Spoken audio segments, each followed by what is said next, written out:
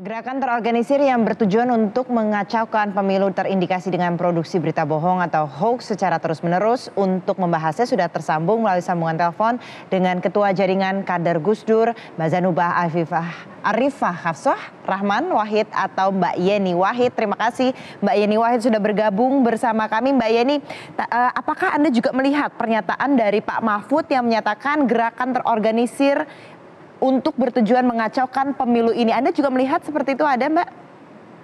Ya, begini Mbak.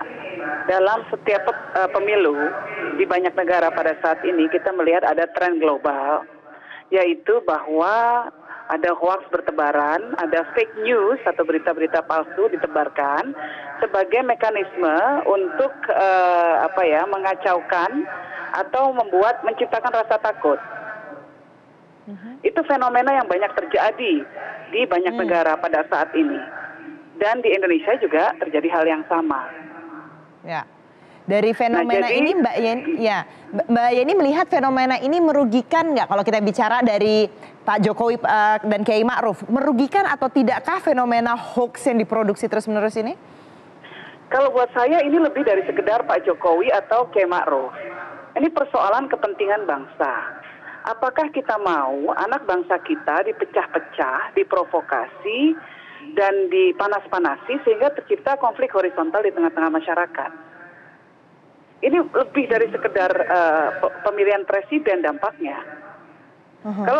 Kalau sekedar setelah coblosan persoalan selesai, maka masih kecil dampaknya ya. Tapi perasaan emosional yang ditimbulkan dari hoax-hoax yang bertebaran ini akan lama sekali dampaknya, masih akan tetap terasa, masih akan tertebar di tengah-tengah masyarakat. Kita lihat contohnya ya di negara Amerika. Itu kan hal yang sama terjadi. Ya, hoax ditebarkan, fake news ditebarkan oleh yang namanya Cambridge Analytica menggunakan algoritma dari aplikasi Facebook. Itu hal yang itu fakta karena sekarang sedang diselidiki skandal itu yang katanya konon ada keterlibatan Rusia di dalamnya.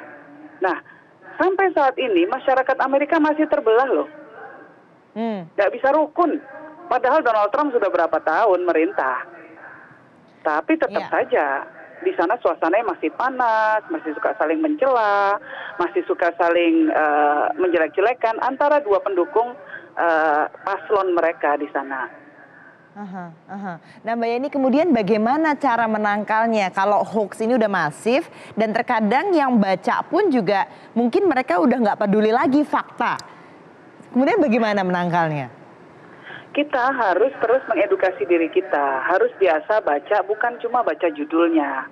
Yang pertama, ya kalau dikirimin suatu berita, dikirimin kayak video, ya kita harus lihat dulu, ini beneran nggak sih? Ini orang apakah kredibel atau tidak? Datanya betul atau tidak? Jangan-jangan datanya cuma rekayasa saja. Jangan-jangan ini adalah upaya untuk memanas-manasi kita semua. Yang tadi kita dengarkan soal Ahok, itu secara mekanisme ketatanegaraan, itu kan suatu hal yang agak sulit sekali dilakukan. Bahwa Ahok akan menggantikan Kiai Ma'ruf Amin. Tetapi ini sengaja disebarkan di tengah-tengah masyarakat untuk menciptakan rasa takut atau menciptakan perasaan antipati. Walaupun mungkin keresahan, mungkin secara rasional agak sulit diterima akal sehat bahwa itu bisa dilakukan. Ya, kalau menurut Mbak Yeni sendiri, ini ada anggapan, ini saya sebut saja dari Wakil Sekjen Partai Demokrat Andi Arief, yang menyatakan pernyataan dari Pak Mahfud ini dianggap meresahkan.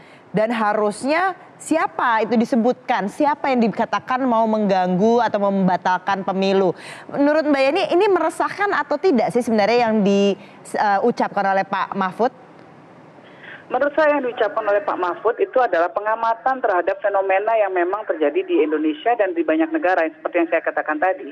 Mau diakui atau tidak, memang ada sekelompok orang yang menggunakan cara-cara, menurut saya sih cara-cara kotor, trik-trik kotor ya untuk menciptakan keresahan di tengah masyarakat.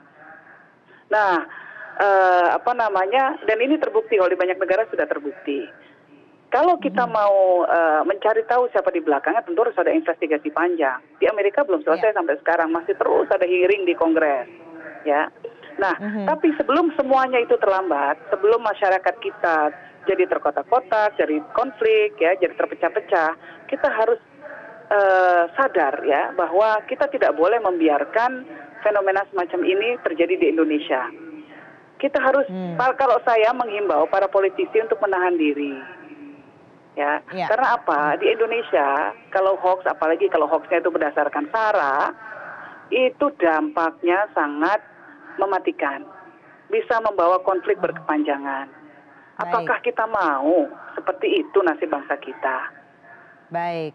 Baik, Mbak Yeni Wahid. Terima kasih banyak sudah bergabung bersama kami di Prime Time News.